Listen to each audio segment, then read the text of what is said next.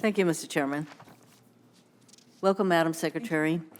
I'm glad to see that the USGS budget includes over $200 million in new climate change investments. This includes adding more than $42 million to the Climate Adaptation and Science Centers, with one of the regional centers being located in Hawaii. The budget also adds $5 million for reducing threats of invasive species and wildlife disease in a changing climate, noting efforts will initially focus in Alaska, Hawaii, and the U.S. insular territories in the Pacific and the Northeast. And the budget also adds $5.4 million to the tools supporting conservation planning, monitoring, and projection budget to expand activities in Hawaii, Alaska, and the U.S. territories to map and model past, present, and future landscape conditions. As you know, invasive species and climate change are significantly impacting our ecosystems in Hawaii, whether furthering threats to our endangered species or increasing our wildfire risk. Additional support to strengthen efforts to mitigate these threats are sorely needed, and I look forward to working with you and my colleagues to make sure these programs receive strong funding. I also note that Hawaii has recently been invited to submit a full proposal for the Sentinel Landscape Partnership, a coalition between DOI, USDA, and DOD, as well as state and local governments and non-governmental organizations that works with private landowners to advance sustainable land management practices across military installations and ranges. And we have some pretty large military installations in Hawaii. Sentinel Landscape designation in Hawaii could bring additional federal resources to strengthen military readiness in the Indo-Pacific, conserve natural resources, bolster agricultural and forest economics, mitigate wildfire, and increase climate change resilience. A Sentinel Landscape designation in Hawaii is a very unique opportunity, and only 7 landscapes in the nation have received such a designation. As DOI is part of the coalition, I would like to express my support for Hawaii's proposal and look forward to learning the review committee's final selection. So this is a public pitch for Hawaii's submittal. Then I want to get to the National Park Service. The fiscal year National Park Service budget also makes some important investments in Hawaii.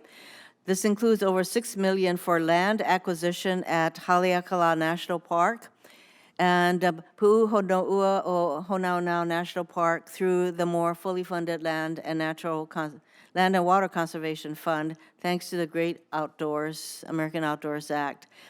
It also includes funding for the Advancing Racial Justice and Equity for Underserved Communities initiative to help Hawaii parks better engage Native Hawaiian communities by providing for full-time community liaisons to support all Hawaii parks. The state activities include facilitating Native Hawaiian participation in park planning, programming, operations, recruiting, and outreach.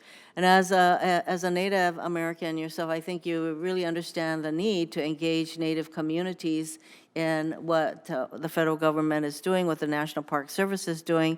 So I'm glad to see the Park Service making this effort to better engage the Native Hawaiian community, and look forward to working with you and NPS on this. And then I actually am coming to a question. Increasing visitor diversity in public lands, and there's been assessments that our parks are not accessed by minority groups, other populations, and so I would think that the department would benefit from data relating to the diversity of visitors to our national parks.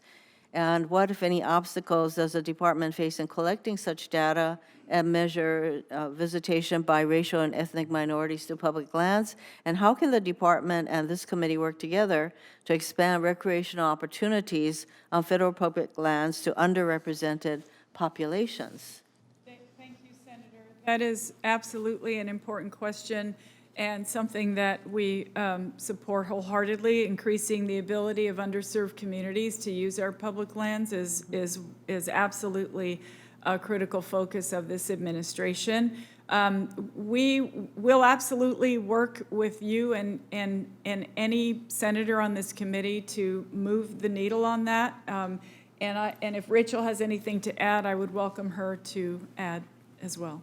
Just to amplify that, as you probably know, the president issued an executive order early on in the administration that challenged agencies to think about the equity issues within their Yes. programs. And so I'm proud to say that the access to underserved communities to public lands is one of the issues that we've selected to do additional analysis on.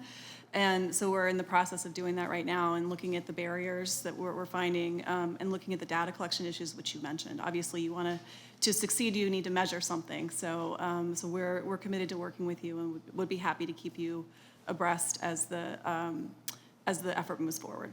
Yes, Mr. Chairman, I think we would all benefit from the actual measures and outreach efforts that you are engaging in to make sure that our parks fully serve our diverse population in this country. Thank you.